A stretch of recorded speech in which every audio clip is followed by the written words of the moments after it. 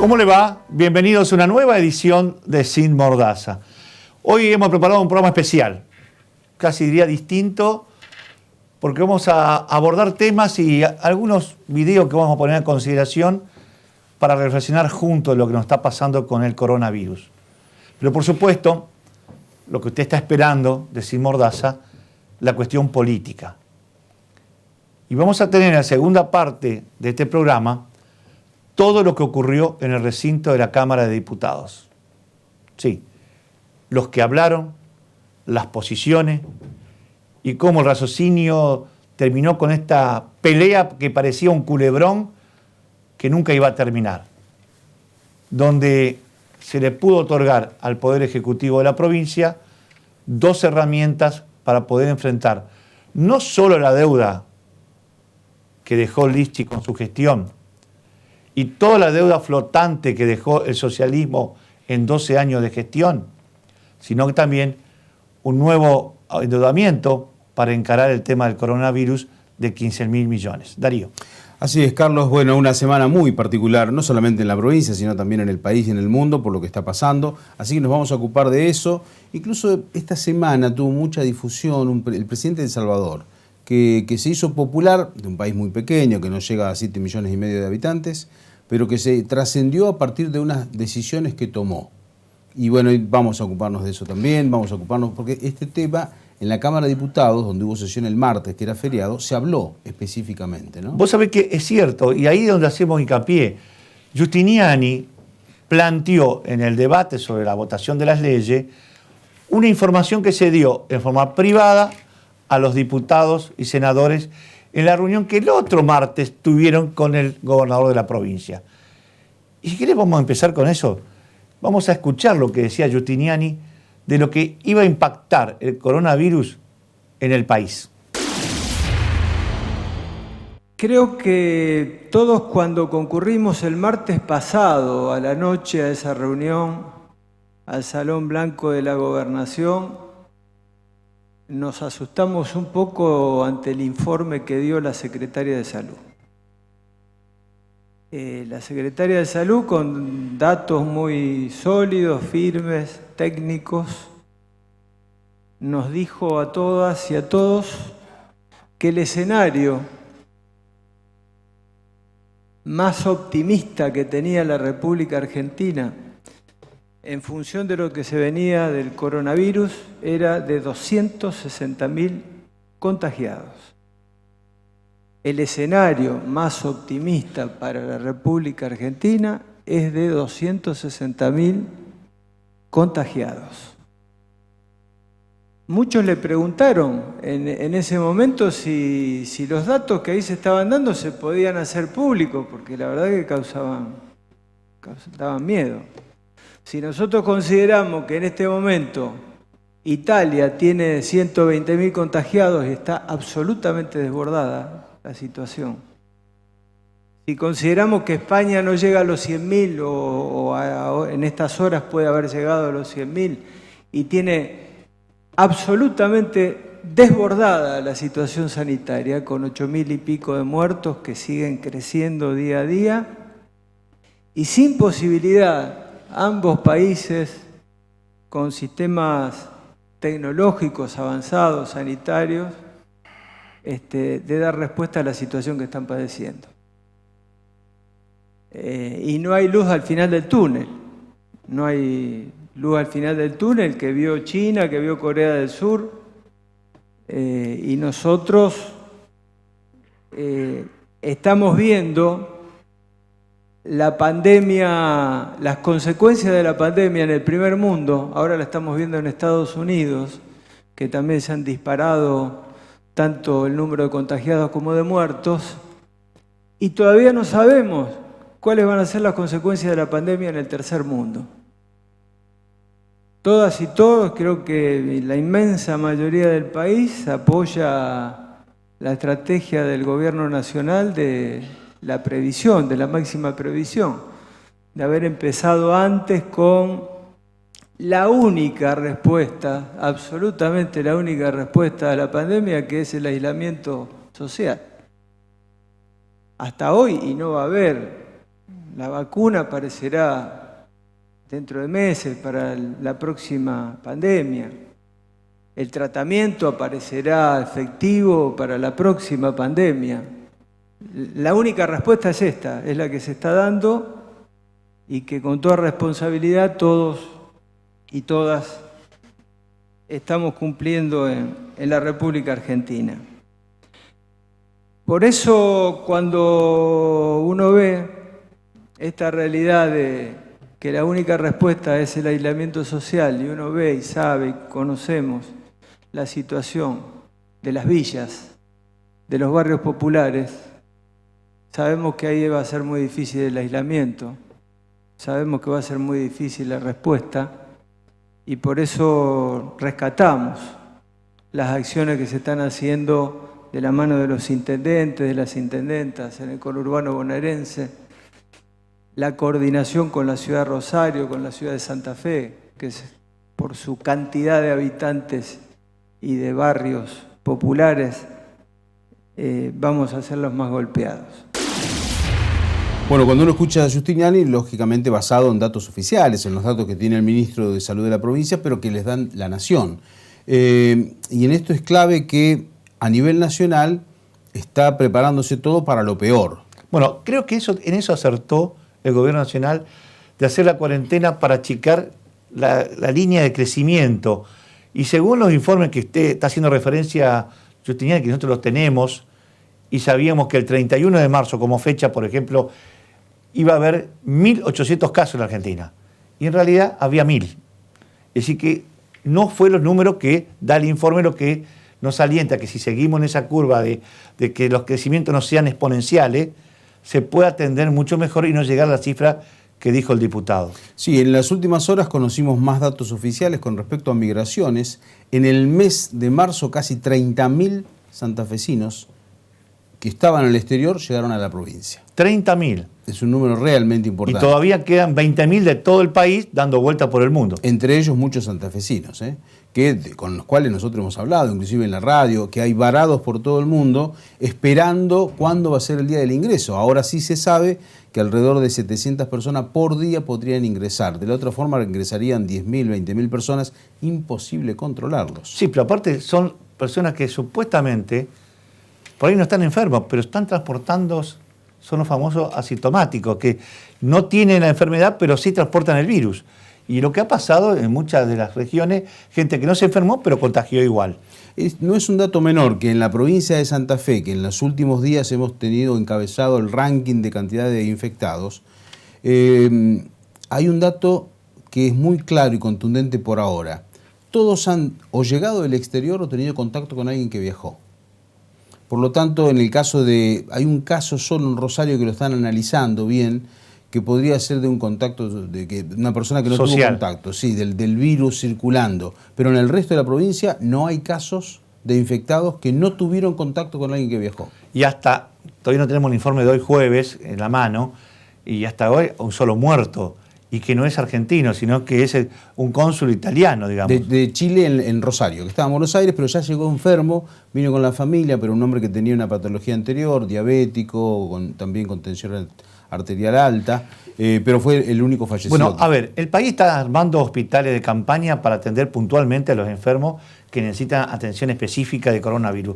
En Santa Fe, ¿qué se ha hecho, Darío? Bueno, en Santa Fe también se está trabajando en ese sentido. Tenemos un hospital de campaña que estiman que en 2 semanas más ya pueden empezar a hacer los trabajos finales. Se está preparando el terreno al lado del Eva Perón, sí. Está contiguo ahí porque... ¿Eso va a ser del ejército, que está armando el ejército? No, sí, hay una empresa privada, que es la misma que está armando en otros lugares. Nosotros ya mostramos incluso imágenes. La semana pasada mostramos. Sí, y lo establecen ahí, nada más que hay que acondicionar la red de agua, la red de cloacas, el gas, todo, en ese lugar, a esos módulos. Pero eso como máximo puede llevar 15 días. En este caso, ahí estaríamos teniendo, por un lado, 46 camas, más 26 camas especiales para la atención ahí contigua al Eva Perón. Pero después tenemos, en menos de 15 días vamos a tener el Hospital de Coronda, el Hospital de Niños de la zona norte de Rosario y el Centro de Salud de Villa Guillermina. A esto hay que sumarle otros lugares que se han recuperado, como por ejemplo el viejo Hospital Iturraspe. Digo viejo porque el año pasado se se mudó al nuevo hospital, estaba destruido, lo empezaron a acondicionar y ya va a estar operable en apenas 2 semanas. ¿Cuántas camas hay? 80 camas. 80 camas. 80 camas. Y en el hospital de San Lorenzo también, el de Sí. Granero a Caballos, que están previendo también poner camas ahí. Bueno, lo que está haciendo el Ministerio de Salud está cambiando y preparando todo y poniendo camas incluso donde no había. ¿Qué significa esto? En la provincia de Santa Fe hoy tenemos 5.400 camas en los efectores públicos. 5.400 camas. La pregunta es decir, ¿están libres? No, no están libres. Hay gente. Lo que se trata es que los que pueden ser dados de alta van a su casa y lógicamente se están reacondicionamiento. Por ejemplo, en algunos lugares, incluso los nuevos que yo mencioné, van a poner camas en los consultorios, que no estaba prevista que sea una habitación. Entonces se está readecuando todo esto. A esto hay que sumarle, por ejemplo, en la ciudad de Reconquista, donde estaba el Hospital Viejo, ahí la decisión la tomó el municipio y la provincia inmediatamente empezó a colaborar. Ahí también van a poner camas, ya están trabajando, están haciendo las obras necesarias para que de esta forma puedan adecuarse para hacer internaciones. En la ciudad de Santa Fe hay algo, en toda la provincia hay alrededor de 500 en los efectores públicos, no privados. Hay alrededor de 500 camas de terapia intensiva. En la ciudad de Santa Fe, en la capital, hay 10 clínicas y sanatorios, tienen en total 756 camas, el 4% son terapia intensiva.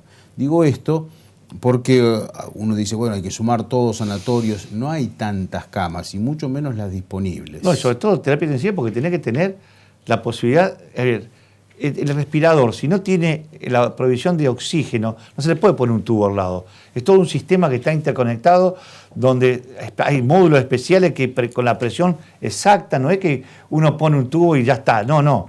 Eso hay que prepararlo y armarlo bien para que esto funcione correctamente. Pero bueno, a ver, tenemos todo preparándonos porque el pico realmente empieza a crecer a partir de ahora.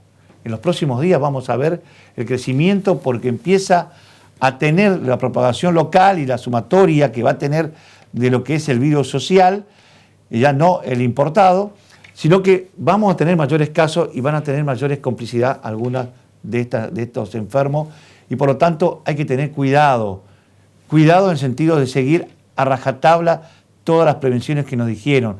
Y yo creo que la Organización Mundial de la Salud se equivoca cuando dice no hace falta de barbijo.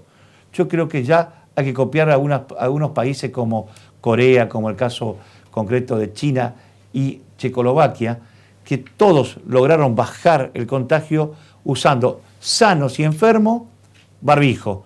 Porque hay muchos por ahí, no están enfermos, pero como son asintomáticos no se le revela la enfermedad y siguen contagiando. Entonces, en el hablar también hay micropartículas que te pueden contagiar. Sería bueno que el gobierno también empiece a exigir que todo el mundo andemos con barbijo en la calle. Esto sería bueno. Mientras esto ocurre, hay que recordar que el impacto económico se siente en todo el país.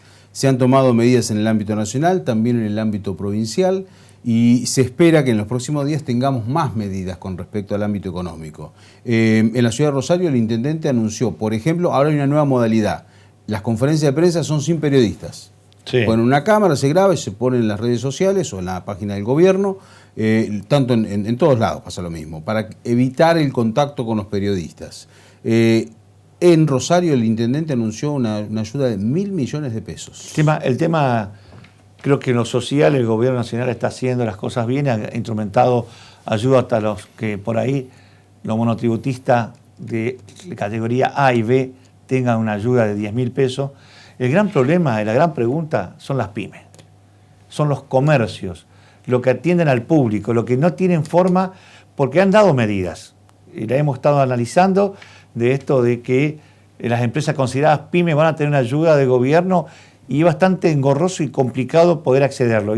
Y todos los contadores dicen que no va a poder ser factible que se puedan pagar los sueldos de este mes. A lo sumo, quien logre cumplir todos los requisitos podrá tener disponible para el próximo mes. Sí, también hay que mirar un atenuante, Carlos. Está todo cerrado. Están los bancos cerrados que abren solamente para pagar asignación universal y a los jubilados, pero las oficinas administrativas del Estado están todas cerradas, no hay atención al público. Vos llamás por teléfono, no te atiende nadie. Es decir, que vos tenés primero un colapso en las páginas por internet, a tal punto que fíjate lo que tuvo que pasar con el permiso de la circulación. El país entero no podía ingresar. Tuvieron que sacar una excepción a la mayoría y quedaron la gente de supermercados, ferreterías. Ellos tienen que hacer el permiso de circulación, el resto nadie, porque no podían abastecer. Tenían hasta 80.000 ingresos simultáneos. No daban abasto, se caían las páginas. Pero igual pasa lo mismo con las pymes.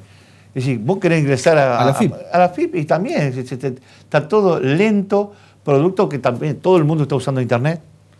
Ayer en el tema de WhatsApp era imposible transmitir una foto porque estaba lento todo, porque todo el mundo está con el teléfono, hay mucho ocio y hay que cubrirlo. Pero bueno, vayamos al tema que vos anticipaste del comienzo, porque si hay alguien que se destacó fue el presidente de El Salvador, Darío, y nos dio un ejemplo.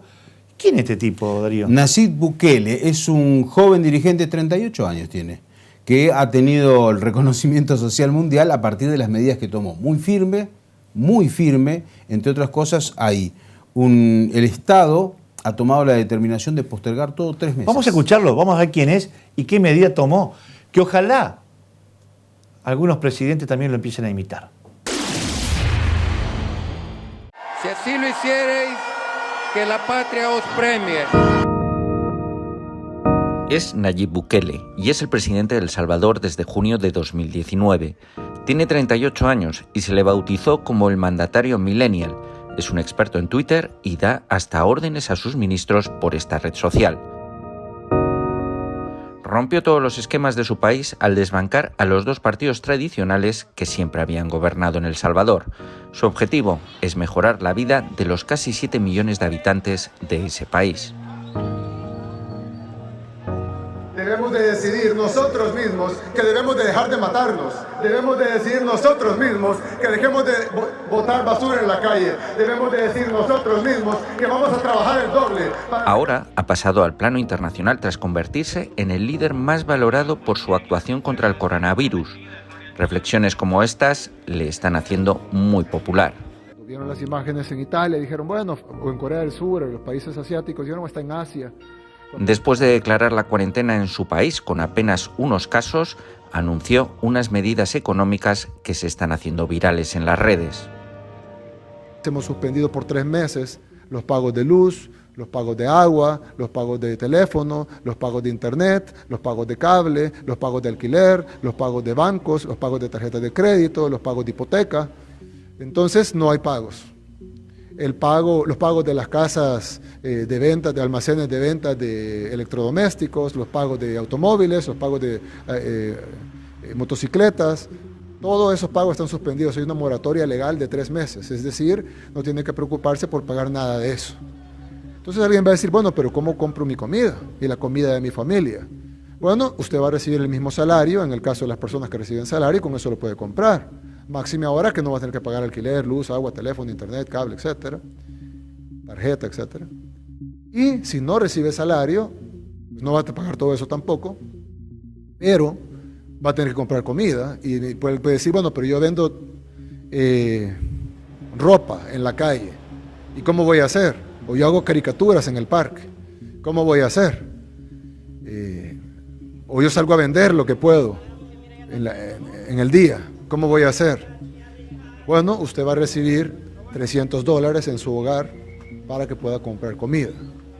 La transferencia, las formas de transferencia se van a definir en los próximos días. Nuestro equipo está trabajando ya se habló con la banca, con toda la banca nacional, ya se habló también con los sistemas de pago con celular, ya se habló también con los puntos express, ya se habló también con el sistema de la tarjeta solidaria, ya se habló también con la base de datos del Ministerio de Economía, se está trabajando un sistema completo con el recibo de remesas, con el PIN, que no se necesita tarjeta en los cajeros automáticos, con los que tienen cuentas bancarias, para lograr beneficiar a estos 1.5 millones de hogares, no personas, que estamos hablando más o menos de un 75% de la población que va a ser beneficiada.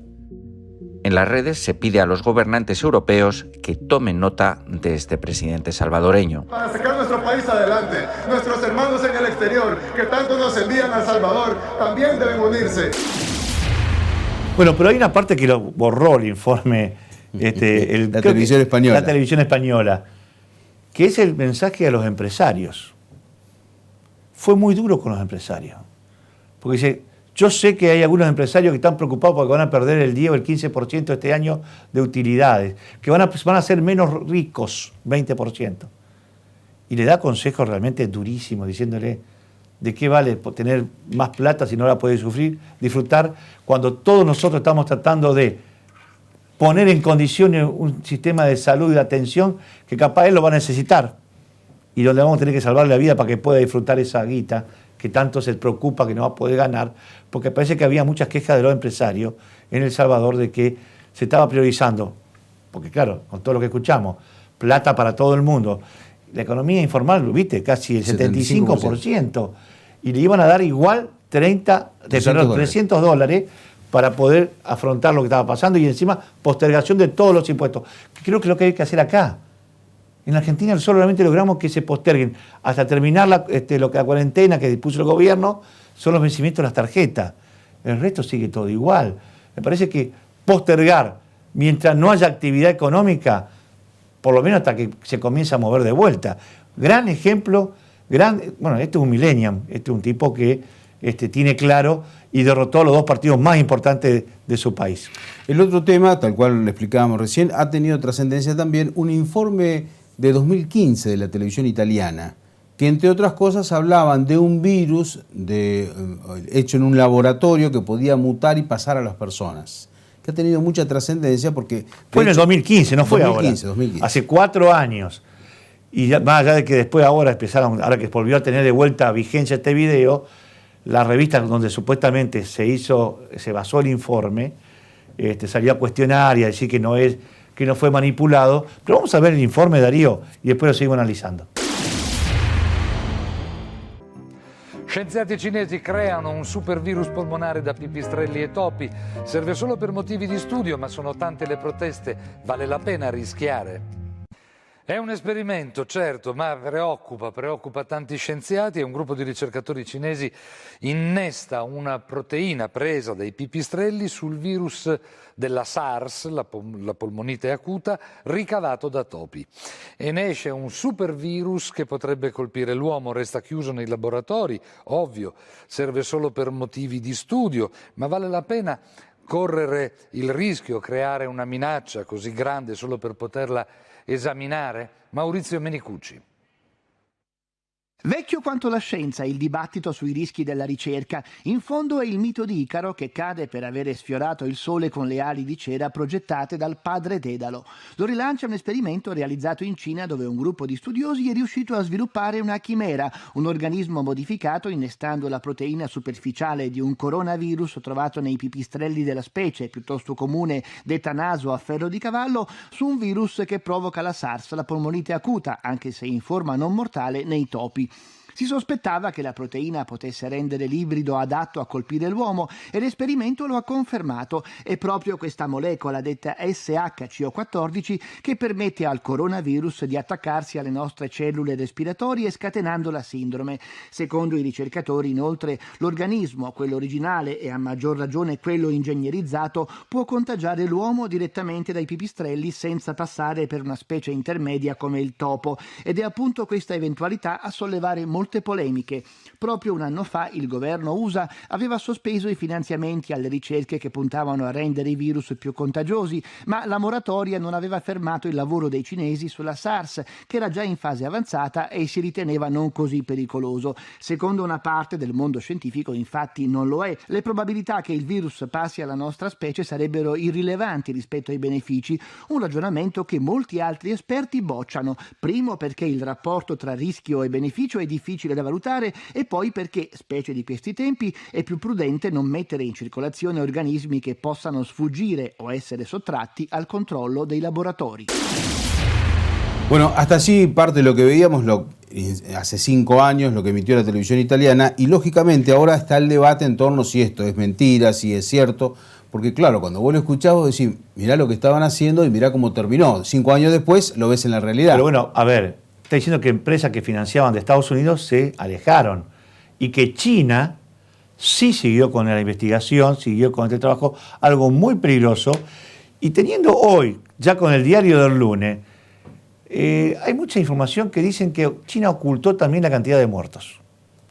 Se habla de 50.000 muertos más de lo que realmente figura en esa estadística oficial. Que desapareció una de las investigadoras, en la última hora están buscando a la investigadora que también dio información al principio junto con este médico que murió de coronavirus, que fueron los que sacaron la primera fotito de lo que estaba pasando y que parece que China quería ocultar. A mí se me abren o se me prenden muchas lamparitas de alerta de que no sea que todo esto estuvo armado, producido como un ataque de China al mundo con esta enfermedad, porque este informe, más allá que esté cuestionado, pero es cierto la investigación, lo que ocurrió, y la manipulación, y que se hizo con un coronavirus que ataca a los pulmones, que en los ratones no producía muertes, pero que en los humanos está produciendo muchos fallecimientos y los números son alarmantes. Porque también tuvimos la oportunidad, Darío, de ver informe y en simordaza.com pusimos lo que está pasando en Ecuador. Ecuador figuraba con cifra irrisoria en lo que era oficial y nosotros veíamos video que en una sola habitación había 80 muertos de un pueblo. Y el informe oficial decía 76 en todo Ecuador. Y nosotros hemos visto gente dentro de esas bolsas de basura negra con el nombre arriba, más de 80 en una habitación en varias habitaciones de una población. Por lo tanto, no se está contando la verdad. No sé por qué se esconde información, pero lo cierto es que esto es más grave de lo que nos están diciendo. Sí, en el caso de China hay un informe de inteligencia en Estados Unidos que habla de cifras siderales totalmente opuestas, basadas sobre todo en algunas operaciones tecnológicas. La cantidad de teléfonos celulares desactivados. En el informe dice que eso tiene que ver con personas que ya no viven más.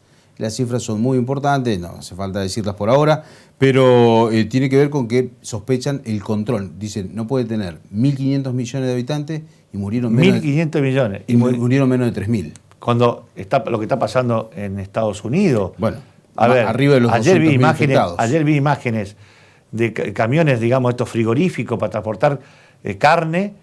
Se compró 50 en Nueva York para poner los cadáveres.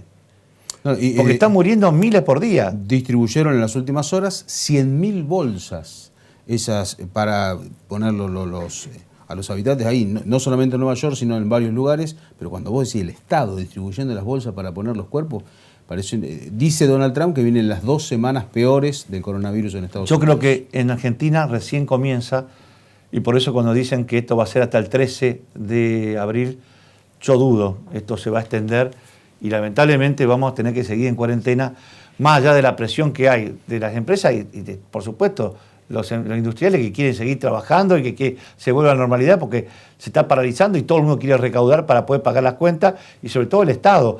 Pero tenemos que evaluar qué es más importante, ¿no? Las vidas humanas o el tema nos fundimos. Esto es lo que se está planteando y discutiendo en el Gobierno Nacional, si se va a extender después de la cuarentena a partir del 13 de abril. ¿Vamos a la provincial? Bueno, naturalmente que lo que pasó en la Cámara de Diputados, finalmente el gobierno obtuvo las 2 leyes que necesitaba. Pero para mí en la Cámara de Diputados, yo no sé si no hay que buscar al brujo este que había contratado Boca, que había varios, acá Colón también, porque algo pasa en ese palacio parlamentario. Digo esto porque ya en varias sesiones hubo problemas, no funcionaban los micrófonos. Ahora parece que hay un fantasma que vota cuando no tiene que hablando votar. del fantasma de Chiquitapia. Para mí algo pasa, no sé. Porque votaron más gente de lo que realmente estaban. Claro. Faltaron 6. Sí. La verdad que buena presencia. Los 6 que faltaron, 3 estaban justificados, por lo menos. La Bruera, porque es mayor de edad. También Olivera sí, tiene varias operaciones de STEM. Y Cachi Martínez, que también está dentro está dentro del grupo de riesgo. Entonces, y en el Frente Progresista faltó Gabriel Real, que también tiene antecedentes oncológicos y que tiene una sugerencia al médico que no debe concurrir. Y Claudia Balaguer, la ex ministra de Educación, tampoco estuvo presente. Y el diputado provincial Gabriel Chupitas, que fue el ausente más joven él. Este joven no creo que haya sido por problema de estar en el sistema de riesgo, no creo. Bueno, pero el tema es que faltaron 6 legisladores, pero votaron. Sí. ¿Cómo votaron? Son las cosas que pasan en la Cámara de Diputados. Cuando fueron a ver el tablero, nosotros... Sí, la votación terminó 12 positivos al favor del proyecto del oficialismo, la ley que mandó Perotti, contra 34 abstenciones, cuando en realidad tenía que haber sido 31 abstenciones. Sí, o si no hubo uno que apretaba doble, qué sé yo. No se puede. Se tildó, algo pasó. Pero ese fue digamos... Hay fantasmas. Esa fue la gran sorpresa. Pero bueno, vamos a contar un poquito qué pasó adentro, porque mucha gente no tuvo oportunidad de estar ahí, no sabe qué ocurrió, y vamos a poner las palabras más importantes que tuvimos en esa sesión.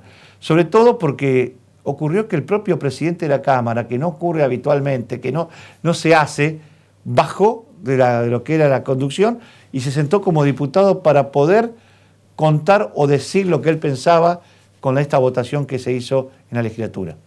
A ver, de hecho, lo que pasó fue, lo autorizaron al gobernador, o al gobierno, mejor dicho, a que tome plata por 15.000 pesos por el coronavirus. Y por otro lado, 39.000 millones para el resto del año para la gestión de gobierno. Eso es. ¿Le dieron la plata? No, pero ahora hay que conseguirla en el mercado. Vamos a ver si se consigue en las próximas semanas o no. Este no es un dato menor. Tampoco es fácil, la gente te regala plata porque sí, aunque sea Santa Fe.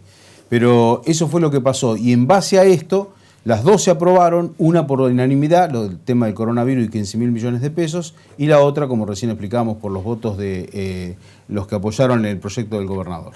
Bueno, vamos a tener la palabra de Miguel Lischi, que como decíamos, bajó del estrado de la presidencia, conduciendo la sesión, a simple diputado para argumentar estas leyes que salieron. Y después que lo escuchemos, yo voy a hacer algunas consideraciones. Es verdad que el clima político en la provincia de Santa Fe no es el mejor. Y tal vez todos tengamos alguna responsabilidad, pero no hay ninguna duda que siempre la mayor responsabilidad es del que tiene la mayor investidura. Todos celebramos que a nivel nacional ese clima de confrontación y de grieta que se había generado en los últimos años y que se había profundizado en la última etapa del gobierno anterior, se ha distendido. Hoy hay otro clima político en la Argentina y eso tiene que ver claramente con la actitud del presidente de la Nación, de Alberto Fernández, que con generosidad y amplitud ha convocado a todos los sectores políticos para trabajar no solamente juntos en esta pandemia, enfrentando esta pandemia, sino también para enfrentar juntos los graves problemas que tiene la Argentina. Y esas diferencias quedaron muy de manifiesto en el acto donde asumió sus funciones el gobernador Perotti. Allí fueron muy notables las diferencias entre un discurso y el otro. El discurso del gobernador que asumía en este mismo recinto en diciembre, marcando una posición de dura crítica al gobierno saliente y a mi persona en particular. Pero eso no fue solo en ese momento, sino que se prolongó y se extendió a lo largo de estos meses. La descalificación, el agravio permanente al espacio político que representamos y a mi persona en particular no ha amainado para nada, aún en las circunstancias que estamos atravesando, donde prácticamente todos los ejecutivos de todos los niveles y de todos los colores políticos le tienden una mano generosa a la oposición para trabajar juntos en un momento de crisis como el que estamos atravesando. No voy a hablar de lo que ha ocurrido estos días porque lo han hecho de manera muy clara la diputada Peralta y el diputado Puyaro. Solo quiero decir en ese sentido que no vamos a caer en esa trampa, no vamos a caer en las provocaciones. Pareciera que lejos de buscar un clima de concordia, un clima de consenso, de armonía, para poder resolver las diferencias, se estuviera buscando todo lo contrario, echar más nafta al fuego, tratar de incrementar el clima de beligerancia. Pero como digo, no queremos ni vamos a entrar en esa trampa. No cuenten con nosotros para eso porque no es nuestro estilo, no es nuestra forma de hacer política. Es una guerra que realmente no nos interesa y no les vamos a dar el gusto a los que por lo menos están tratando de incentivar la grieta, una grieta ficticia que no existía, que no se justifica en la provincia de Santa Fe. Creo que los santafesinos y las santafesinas, y más en este momento, merecen otro nivel de debate de sus dirigentes políticos. Merecen otra agenda de debate y de discusión, que podamos ocuparnos de los problemas que hoy está atravesando la mayoría de las familias santafesinas. Y creo que ahora se abre la oportunidad de que podamos, si todos lo entendemos de esa manera, avanzar en una agenda mucho más constructiva. Como se dijo aquí, se han tratado dos proyectos. El primero de ellos, que votamos por unanimidad, que se refería específicamente a la pandemia de coronavirus y que le da herramientas al gobierno para tomar deuda por 15.000 millones de pesos. Quiero recordar en ese punto que la palabra coronavirus, la palabra pandemia, no estaba en ningún proyecto legislativo, ni en la Cámara de Senadores, ni en la Cámara de Diputados. La primera vez que se introdujo esta temática fue por iniciativa del bloque mayoritario del Frente Progresista en el dictamen que votamos la semana pasada, donde incluíamos un capítulo especial dedicado a la pandemia y donde autorizábamos un endeudamiento de 6.000 millones de pesos, que era lo que el día anterior nos había pedido el propio gobernador. Recién esa misma noche, la noche del miércoles pasado, el gobernador, sabiendo de nuestra iniciativa y de lo que se había votado en esta Cámara, presenta un proyecto por la otra Cámara, la de senadores, sobre el mismo tema. Y sin embargo, a pocos días, 5 días, de que ese proyecto tuviera media sanción en el Senado, le hemos dado sanción y lo hemos convertido en ley sin discutirlo, aún sabiendo que el gobernador nos había dicho 6.000, que el proyecto fue por 10.000 y que terminó con 15.000. Pero no lo discutimos porque entendemos la prioridad de esa temática, la necesidad y la urgencia. Creo que se cae el relato de una supuesta insensibilidad del Frente Progresista o de mi persona para entender la situación. Fuimos los primeros en plantear legislativamente el tema y lo aprobamos hoy, como dije, 5 días después, sin ningún tipo de discusiones. A ver, yo entiendo todo, entiendo lo de la pelea política, pero si hay algo que estaba claro con todo lo que se habló y los proyectos, y lo va a decir después Busatto, realmente que define con números en su alocución de lo que pasaba en la provincia y por qué era necesario esta ley de emergencia que pedía el Poder Ejecutivo, que no le gustaba a Lichi decir que era de emergencia, porque estaba hablando de tapar los agujeros del default que había dejado la gestión socialista. Ahí estaba, Darío, la cuestión de todo. Sí, básicamente, si ellos votaban esto, están reconociendo que dejaron la provincia endeudada y como la dejaron. Me parece que pasa por ahí, es una cuestión, para que la gente entienda, en política es regalarle la bandera, en este caso al oficialismo. Están reconociendo que si ellos dejaron 29.000 millones de pesos en la deuda flotante, más 19.000 millones de pesos de déficit, estamos hablando casi de 50.000 millones de pesos. Porque acá el tema de los proveedores, alguien le tiene que pagar, el Estado tiene que pagar, porque por la simple cuestión de la continuidad del Estado. Cambian los gobiernos, el Estado es el mismo. Ese es el tema. Vamos a ver qué le contestaba Busatto con cifra. Preste atención porque es la voz del oficialismo y ahí está claro por qué era necesaria esta ley. La verdad es que tardamos demasiado, 3 meses en trabajar sobre una ley que viene ya conocida, debatida, discutida, argumentada, fundamentada, desde el 1 de enero prácticamente de 2020, luego de haber sido rechazada contundentemente por la legislatura de Santa Fe el 30 de diciembre del 2019. En aquel momento se aludió a la falta de consensos y se aludió también a la necesidad de articular entre los distintos bloques de la legislatura posiciones acerca de esta ley. La verdad es que hace más de 3 meses que venimos discutiendo una norma que no encuentra solidaridad en la dirigencia política para darle instrumentos al gobierno provincial de Omar Perotti, que arrancó su gestión el 11 de diciembre con una realidad económica adversa. Realidad económica no exclusiva de la provincia de Santa Fe, realidad económica inherente al país, pero que en la provincia de Santa Fe, según los datos públicos con la firma del contador general de la provincia de Santa Fe, arrojaban al 11 de diciembre un déficit de 19.000 millones de pesos y una deuda flotante de alrededor de 29.000 millones de pesos, que son en definitiva gastos que la provincia había hecho y no había podido pagar.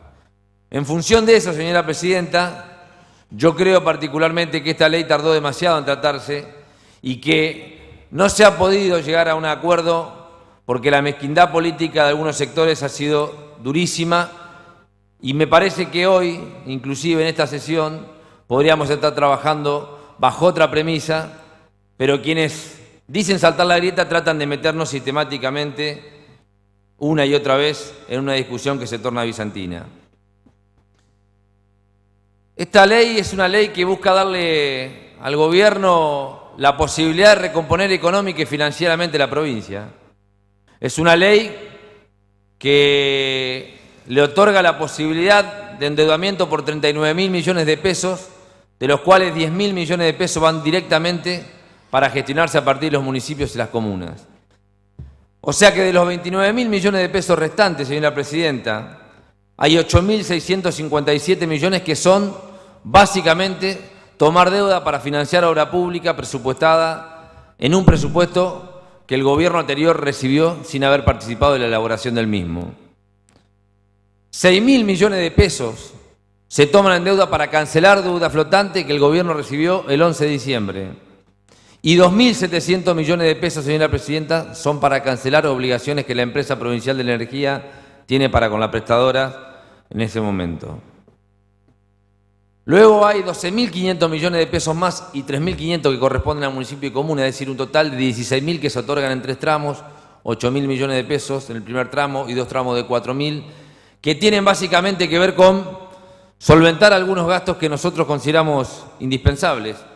4.500 millones de pesos para el financiamiento de municipios y comunas, 4.500 millones de pesos para el subsidio a las tarifas energéticas que hemos decidido congelar, en sintonía con lo que ha hecho el presidente y bien marcaba el diputado Rubén Giustiniani, 1.000 millones de pesos para la puesta en marcha del boleto educativo gratuito, que es una situación que nosotros obviamente pretendemos imputar en el próximo presupuesto, pero que como no tenía financiamiento en el presupuesto anterior decidimos otorgar excepcionalmente con endeudamiento.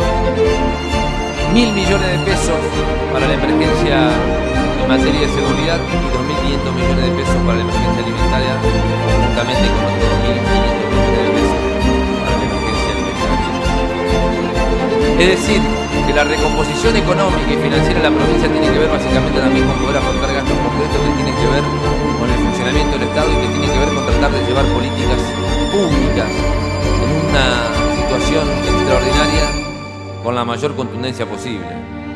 2.500 millones en materia alimentaria, de una ley que ya viene sancionada con anterioridad a nuestro gobierno, 2.500 millones de pesos en función de emergencia sanitaria, en una situación en la que me parece que ya nadie puede discutir la crisis que atraviesa no el sistema, sino el mundo en general respecto a la pandemia del coronavirus, y 1.000 millones de pesos para la cuestión que tiene que ver ni más ni menos con la emergencia en materia de seguridad. Ayúdalo para que pero además, señora presidenta, online. En estos 39.000 millones de pesos están previstos 3.700 millones de pesos para el financiamiento de obra pública en municipios y comunas, previsto también en el presupuesto 2020, y 1.600 millones de pesos también previsto para la cancelación de deuda flotante a cargo del municipio. Contando también la posibilidad de cancelar nuestro gobierno, que corresponde del principio de Dale, prendete. Vos también hacete fanático al ritmo del Kini 6 y vení a festejar todas las semanas. Respecto al año 2018 y respecto al año 2019. Es decir, que muchísimas de las cosas que esta ley de financiamiento, que esta ley de necesidad pública, que esta ley de emergencia está trayendo son situaciones que se han generado en otro tiempo y que el Estado debe necesariamente saldar para poder hacerse cargo del funcionamiento mínimo y de algunas cuestiones imprescindibles que nos parecen llevar adelante. Uno de los momentos también de mayor tensión fue el momento cuando el diputado Julián Galdiano, un hombre del radicalismo, pero que ingresó por la lista de Cambiemos, fue el que habló e incluso habló de la responsabilidad de todos los diputados. de que todos los diputados no podían ponerle palos en la rueda a la gestión de gobierno, porque era el gobierno el que tenía que encabezar ahora lo que está pasando con el coronavirus y además con la gestión provincial. Así que presten atención a lo que decía el diputado Galdiano desde su banca. Y obviamente que hay un antes y un después de este proceso con el surgimiento de la crisis sanitaria y todo lo que eso implica y la necesidad de abordarlo desde otra óptica o con otra impronta o siendo no tan meticuloso en la defensa de algunos pensamientos o posiciones políticas, porque obviamente la situación amerita que uno actúe de otra forma y los tiempos parlamentarios en general son diferentes a los tiempos con los que debe abordarse un plan de contingencia en la situación que vive la provincia y el país. Pero simplemente reflexionar acerca de si tiene lógica o tiene razonabilidad los niveles de diálogo institucional que hemos tenido en Santa Fe y que exhibimos hoy en términos políticos entre los distintos actores de la provincia. Eso no es imputable ni a un legislador, ni a un dirigente político, senador o diputado o al gobernador, es un dato objetivo de la realidad. Es razonable que la vicegobernadora de la provincia tenga que dirigirse por un mensaje de Facebook al presidente de la Cámara de Diputados estando a 20 metros o teniendo su teléfono celular o existiendo mecanismos de comunicación mucho más sencillos que hoy pueden exhibirse. Hasta es impersonal esa manera de tratar a alguien con el que supuestamente se quiere conseguir algo o obtener al menos un nivel de interacción o de articulación. No tiene absolutamente ningún fundamento en términos de razonabilidad, inclusive de los propios objetivos que alguien puede perseguir. Pero desgraciadamente este nivel de intolerancia o de agresividad o de falta de lógica en las relaciones políticas e institucionales fue lo que ha caracterizado este proceso desde el principio. Nosotros decíamos en algún momento que eso tenía que ver con la incapacidad política de ponernos de acuerdo en un diagnóstico común sobre la situación de Santa Fe, de sus finanzas públicas, de su situación social, de la situación de las instituciones del Estado para abordar los problemas que íbamos a tener que seguir enfrentando porque venían de tiempo y nuevos que vaya si los tenemos y que se exhiben en el día de hoy.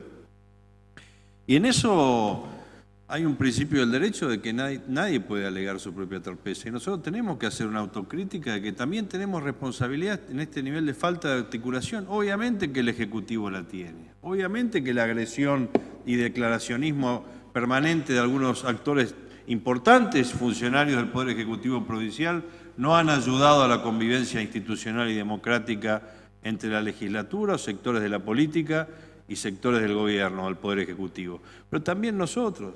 Pensar que nosotros podemos dictaminar algo sobre la base de un pensamiento propio y no del mensaje del Ejecutivo no tiene antecedentes en la historia institucional de la provincia.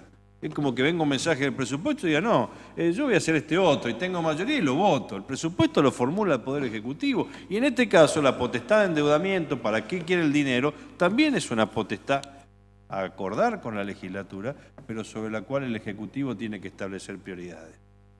Nosotros podemos direccionar, objetar, modificar en la medida que generemos una instancia de consenso, no que querramos imponer una coyuntural mayoría parlamentaria. Y vaya también la autocrítica para nosotros mismos, porque ni siquiera con los de enfrente, que es la Cámara de Senadores, pudimos tener una articulación. Ya no con el Ejecutivo que se encerró, agredió, acusó, ya con los senadores que están acá al lado. O nosotros pensamos una pulseada permanente entre las cámaras para ver quién saca los 2/3, quién te modifica más esto, quién cambia lo otro. Es no conocer el funcionamiento institucional del Parlamento de Santa Fe. Es bicameral y va a seguir siendo bicameral y tenemos que buscar mecanismos de entendimiento con el Senado a los efectos de que las cosas que queremos modificar o que la mayoría de la Cámara de Diputados pretende modificar también tengan posibilidades concretas de ser viables en términos legislativos con la Cámara de Senadores. A mí me hubiera gustado mucho más que esta ley saliera con el dictamen de minoría, ya ni siquiera con el de mayoría, que también lo hubiera votado con las dos manos en la ley de emergencia que sancionó esta Cámara de Diputados, que revisó la Cámara de Diputados lo que sancionó los senadores. También el dictamen de minoría del peronismo hubiera sido más aceptable. Ahora, nosotros no podemos alegar nuestra propia torpeza de que ahora sancionamos lo peor porque vino del Senado, porque porque nosotros tampoco tuvimos la inteligencia política para generar un acuerdo, que ese dictamen transformarlo en ley nosotros y después articular con el Senado para que eso sea una ley definitiva. Galdiano ha sido uno de los grandes operadores políticos que tiene la provincia, pero también ha sido importante en que esto se lograse, sobre todo con los 2 tercios en la Cámara de Senadores, Darío, porque sumó un senador extra que le faltaba al peronismo. Sí, en este caso el diputado Giacomino de Villa Constitución, de allí, del departamento, y vive ahí también. Un hombre del mar, que siempre había sido del mar, donde está Julián Galdiano, Santiago Mascheroni, que fue el que dio vuelta a los números del Senado, el que posibilitó que, más allá de lo que pasaran diputados, esto iba a ser ley igual, porque ya tenía el 2 tercios de los votos. Al final, 3 radicales terminaron votando el proyecto del Ejecutivo, el proyecto de Perotti. Ese es el cambio político. Y lo que por ahí todo el mundo no conoce, hay que reconocer que los senadores jugaron realmente un papel importantísimo al conseguir esta mayoría de 2 tercios, y donde, más allá de que hay algunos planteos sobre si le sacaron algunas cositas que tienen que ver con seguridad, y algún diputado se enojó por eso, el caso de Carlos Delfrade, que estaba muy de acuerdo con lo que hacía Saín y que él quería que se aprobase lo que decía el Poder Ejecutivo en su proyecto inicial. Senadores modificó, consideraba que eran demasiados poderes para Saín, y es por eso que después se abstuvo Carlos Delfrade y no acompañó esta iniciativa. Pero los senadores, en su conjunto, trabajaron sobre la base del Poder Ejecutivo y han enriquecido con algunas modificaciones que para ellos estaba, digamos, terminaba de convencer, sobre todo dentro de senadores, que por una cuestión de estrategia no votaron los 19, porque estuvieron a punto de votarlo. Pero la presión de parte, cuando estaba la disyuntiva de que si esto prosperaba o no, en diputados, cuando se enteraron, hicieron la presión para que por lo menos algunos senadores manténganse con la postura del Frente Progresista, que era no acompañar el proyecto oficial. Hay que decir también que por estas horas el gobernador termina de firmar el decreto. Ya están promulgadas las 2 leyes. Serán publicadas en las próximas horas en el boletín oficial. Y para destrabar la situación, me parece que Perotti ya empezó a usar la ley, a pesar de que todavía no tiene la plata. Termina de anunciar que le está girando 1.000 millones de pesos de adelanto. Tengo el video, vamos a verlo. Queremos decir que en el día de hoy tomamos la decisión ya de generar la conformación del Fondo de Apoyo a los Municipios y a las Comunas. Vamos a tener en la semana una primera transferencia, un anticipo de 1.000 millones de pesos a cada uno de los municipios y comunas de la provincia, con el destino a la preparación de cada uno de ellos en su territorio de las infraestructuras y las acciones necesarias para encontrar a toda la provincia preparada en cada uno de sus pueblos y ciudades de la mejor manera.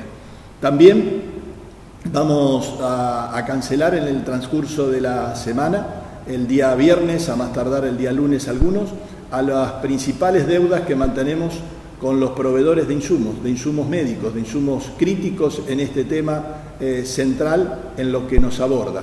Esta era una de las deudas que había quedado allí con los recursos disponibles. Inmediatamente estamos procediendo a hacer esa cancelación importante con cada uno de ellos, fundamentalmente en aras de los insumos que estamos necesitando en este momento. Los municipios y comunas van a estar integrados a este programa a través de un convenio en el cual los recursos que se le están transfiriendo van a tener exclusiva afectación a todo lo que es la lucha contra la pandemia. Y vamos a sumar también la invitación para que cada uno de ellos pueda adherir y ser parte de los controles de precios en los comercios de toda la provincia. Hay numerosas denuncias de comportamientos que no guardan lo que en este momento se espera de cada uno. Poner a disposición los insumos básicos para la alimentación a un precio razonable. No hay motivo para que estos precios hayan tenido cambios, no hay problema de abastecimientos, estamos garantizando la libre transitabilidad en todas las rutas provinciales y nacionales, por lo cual este convenio con cada municipio y cada comuna va a permitir que ellas puedan actuar con las facultades concomitantes de la Dirección de Comercio de la provincia para poder sancionar. No es lo deseable, no es lo que nos gustaría, pero es la firmeza que el Estado debe mantener en estos momentos cuando hay abusos. El reconocimiento a quienes vienen respetando los precios. Y si alguien está respetándolo y muy bien, el que no lo hace debe recibir una sanción, y allí vamos a reforzar esta acción de control, esta acción de un poder de policía efectivo y concreto y a diario en toda la provincia, con la participación de los municipios y de las comunas.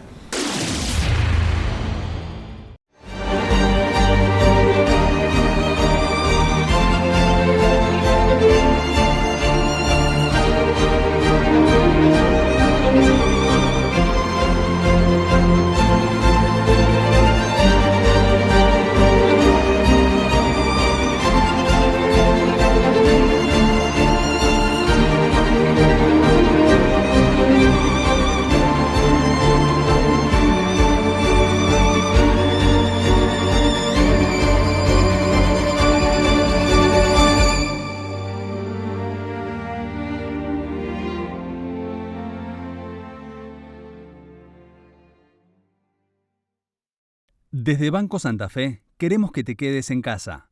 Por eso, ponemos a tu disposición bancosantafe.com.ar/cuidarnos, donde vas a entender cómo operar desde casa. Todo lo podés hacer desde Home Banking, con la app Santa Fe Móvil o por teléfono las 24 horas, los 7 días de la semana. Pero lo más importante, si estás cerca de alguna persona mayor, ayúdalo para que pueda hacer sus operaciones online. Seguimos en casa, pero seguimos juntos. Banco Santa Fe. Mi corazón con el Kini late más. Elegí 6 numeritos y a ganar, siempre a ganar. No dejemos de soñar. Kini 6, vos sos mi amor. Vamos todos a jugar. Dale, prendete. Vos también hacete fanático al ritmo del Kini 6 y vení a festejar todas las semanas.